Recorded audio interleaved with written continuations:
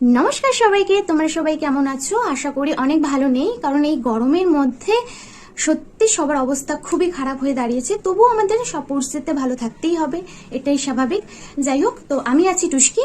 তো আমার এই ব্লগটা আমি এখান থেকে স্টার্ট করছি। এটা আমি ঘুরতে যাওয়ার একটা ব্লগ আমি স্টার্ট করছি। তো কোথায় যাচ্ছি কি যাচ্ছি এটা আমি তোমাদের সাথে পরে শেয়ার করব। তো সর্বপ্রথম আমি যেটা করব সেটা হচ্ছে ব্যাগ গুছাবো। এটা একটা অনেক বড় একটা কাজ ঘুরতে যাওয়ার সময়। আগে আমি ব্যাগটা গুছাই, দেন আমি তোমাদের সাথে আবার দেখা হচ্ছে, কারণ প্রচন্ড গরম, ফ্যান বন্ধ। যাই হোক, আমি ব্যাগটা গুছিয়ে দেন আপনাদের সাথে দেখা হচ্ছে। ওকে, এই তো তারপর আমি বাড়ি থেকে বেরিয়ে পড়লাম আমার গন্তব্যস্থলে যাওয়ার উদ্দেশ্যে। তো আমাকে কিন্তু ছাড়তে আমার মা বাবা এসেছিল। আমরা এখান থেকে এনজেপি পর্যন্ত উত্তরবঙ্গে যাব, তারপর কিন্তু সেখান থেকে আমরা মেইন ট্রেনটা ধরবো। আমাদের মেইন ট্রেনটা ছিল কিন্তু হাপা স্পেশাল ট্রেন। তো সেটাতে করে কিন্তু আমরা মেইন গন্তব্যস্থলে গিয়ে পৌঁছাবো।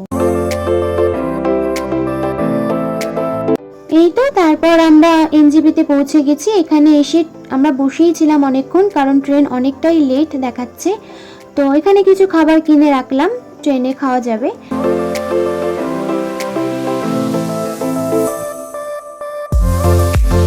এই তো আমাদের পক্ষীরাজ চলে এসেছে, মানে আমাদের ট্রেন চলে এসেছে। আর বলবো নাই বা কেন, আমাদের এই ট্রেনটা আসার কথা 6টার দিকে, এসেছে রাত 10টার দিকে। এতটাই লেট, জানি না কি হবে। তো চলো আমরা ট্রেনে উঠে পড়লাম। তারপর ট্রেনে উঠে আমরা ঘুমিয়ে পড়েছিলাম, তেমন কিছুই করার ছিল না। তো পরের দিন সকালবেলা ঘুম থেকে উঠে তারপর ট্রেনের জানালায় দেখি এত সুন্দর একটা ভিউ। বেশ ভালোই লাগছিল, বসে বসে এটাই এনজয় করছিলাম।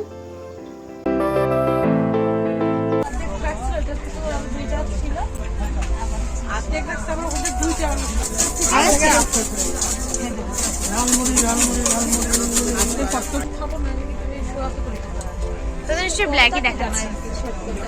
না, আমাদের ব্ল্যাক দেখাচ্ছে। আমাকে তো রুগী রুগী লাগছে। এবার আমরা হ্যান্ডমেড চিড়া ভাজা খেয়ে নিলাম, মানে এই সব আমরা বাড়ি থেকে নিয়ে গেছিলাম, যেটা খুব টেস্টি হয়েছিল। আর এদিকে দেখো ওরা কি করছে, আর করবে নাই বা কেন, এতক্ষণ ধরে বসে আছি, সবারই হাত পা ব্যথা হয়ে গেছে।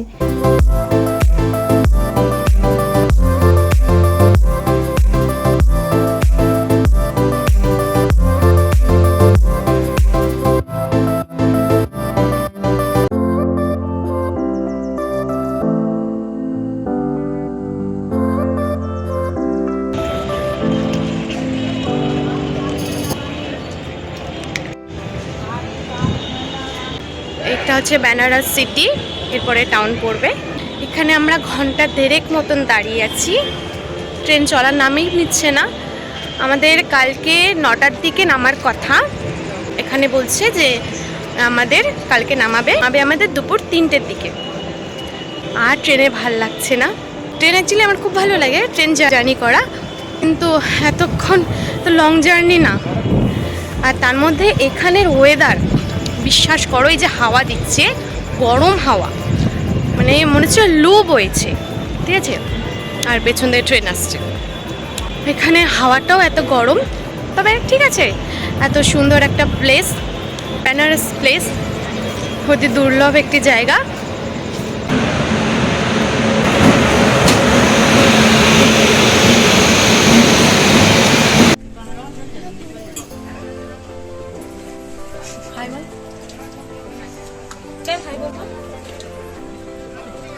মাসি দুর্বল হয়ে গেছে, ঘুমাচ্ছি। অঙ্ককে জল দিছি, জল খুব অভাব। ট্রেনে উঠেছে, জল আমরা নেইনি, ইচ্ছাকৃতভাবে যেতে হবে জলের অভাবটা আমরা অনুভব করার জন্য। এবার চলো বলি আমরা কোথায় যাচ্ছিলাম। আমরা কিন্তু যাচ্ছিলাম উজ্জয়িনী। উজ্জয়িনী কোথায়? ভারতের মধ্যপ্রদেশ রাজ্যের উজ্জয়িনী জেলার একটি শহর।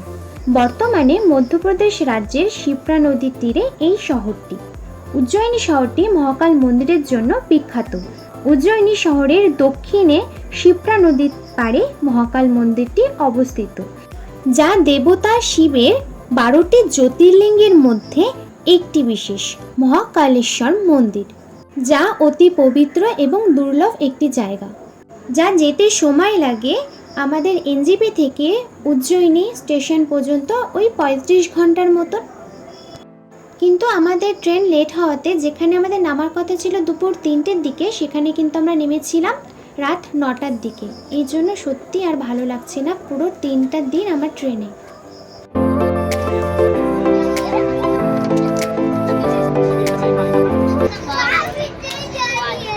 চুপচুপ করে বারবন খাচ্ছে। এই তো আমাদের গন্তব্যস্থলে আমরা কিন্তু এবার পৌঁছে গেলাম। এটা হচ্ছে উজ্জয়িনী স্টেশন। আর একটা জিনিস খুব ভালো লাগলো, আমরা যখন ট্রেন থেকে নামলাম তখনই নামলো কিন্তু খুব সুন্দর বৃষ্টি। এরপর আমরা একটা টোটো ধরলাম, সেখান থেকে আসলাম আমাদের হোটেলে। আমরা কিন্তু এখন হোটেলে পৌঁছে গেছি। এই তো আমরা এখন স্নান করে আসলাম। স্নান করে এত ফ্রেশ লাগছে কি বলবো। তো এখন যাব আমরা ডিনার করতে, রাতের খাবার খেতে যাব এখন আমরা। আর দেখতে পাচ্ছ চারিদিকটা কতটা নিস্তব্ধ হয়ে আছে। তখন কিন্তু অনেকটাই রাত হয়ে গেছিল। আর এটা হচ্ছে মহাকাল মন্দিরের পেছনের দিকটা। আর এখানে ওয়েদারটাও কিন্তু খুব সুন্দর, ঠান্ডা ঠান্ডা, বেশ ভালো লাগছিল। আর বললাম না এটা ছিল মহাকাল মন্দিরের পেছনের দিকটা, আর এই হচ্ছে মহাকাল মন্দিরের পেছনের গেটটা।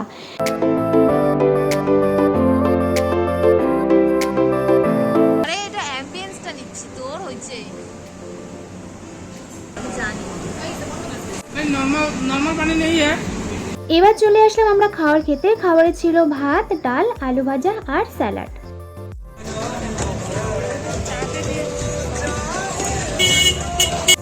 দিন কালকে আপনাদের সাথে আবার দেখাচ্ছি। ততক্ষণের জন্য টাটা।